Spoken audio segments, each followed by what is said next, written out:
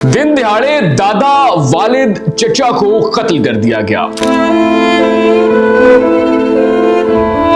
बेटी इंसाफ के लिए 8 साल अदालतों के चक्कर लगाती रही। आज अदालत ने तमाम नामजद मुल्जिमान को बाइज्जत बरी कर दिया। आज मेरे वालिद साहब, दादा और चचा जान के कातिल 8 मुजरिम 8 को अदालत की जानिब से बाइज्जत बरी कर दिया। 8 साल नंगे पैर अदालत के चक्कर लगाने वाली बेटी हार गई, सरदार जीत गए।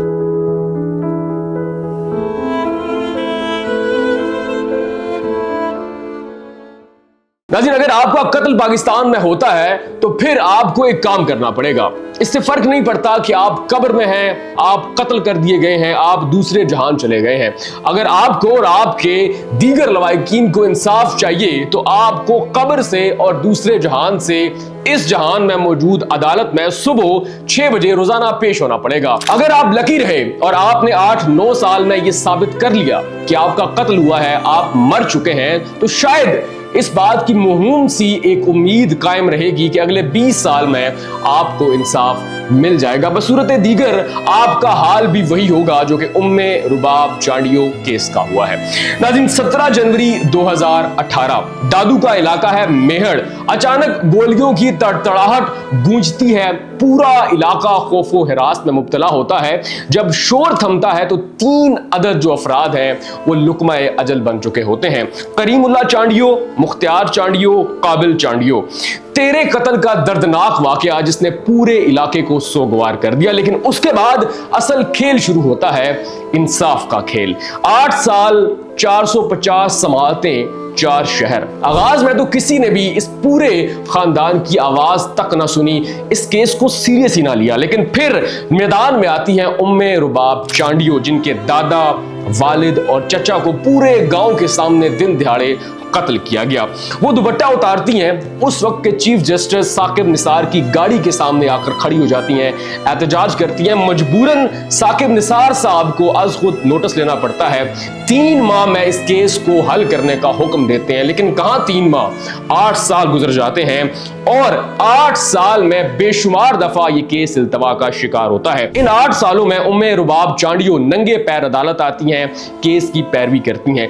8 मुल्जिमान को नामजद किया जाता है। 4 मुल्जिमान ऐसे हैं जो कि जेल में, जबकि 4 मुल्जिमान ऐसे हैं जो कि जमानत पर आजादी की जिंदगी गुजारते हैं। जो 4 मुल्जिमान जेल में हैं उनके नाम है जुल्फिकार, अली गोहर, मुर्तजा और सिकंदर चांडियो।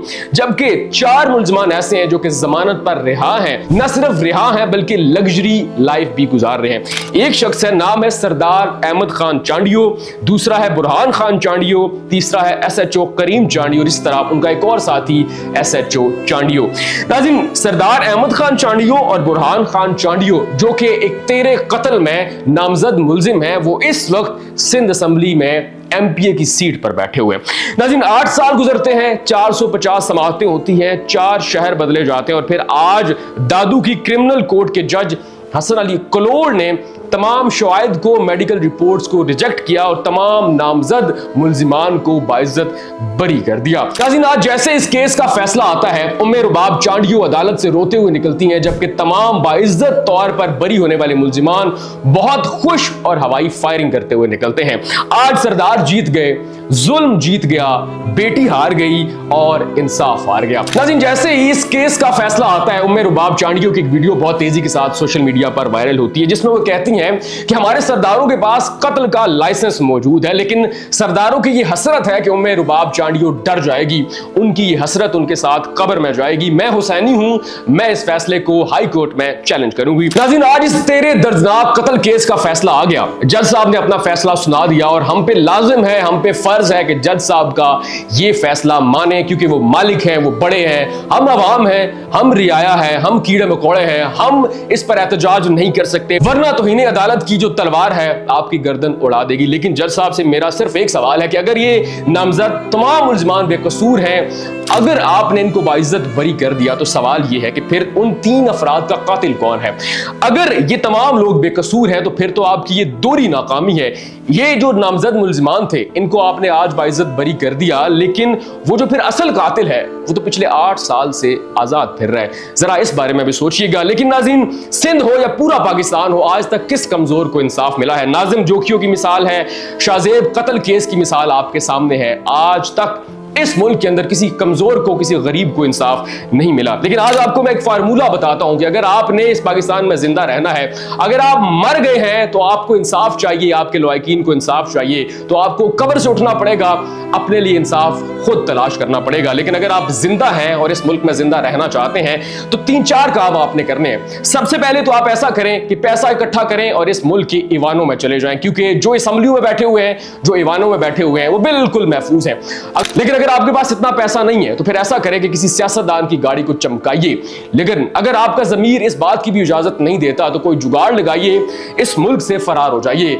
अगर आप ये तीनों काम नहीं कर सकते तो खुदारा आवाज उठाइए, बसूरत दीगर मर तो आप वैसे ही रहे हैं।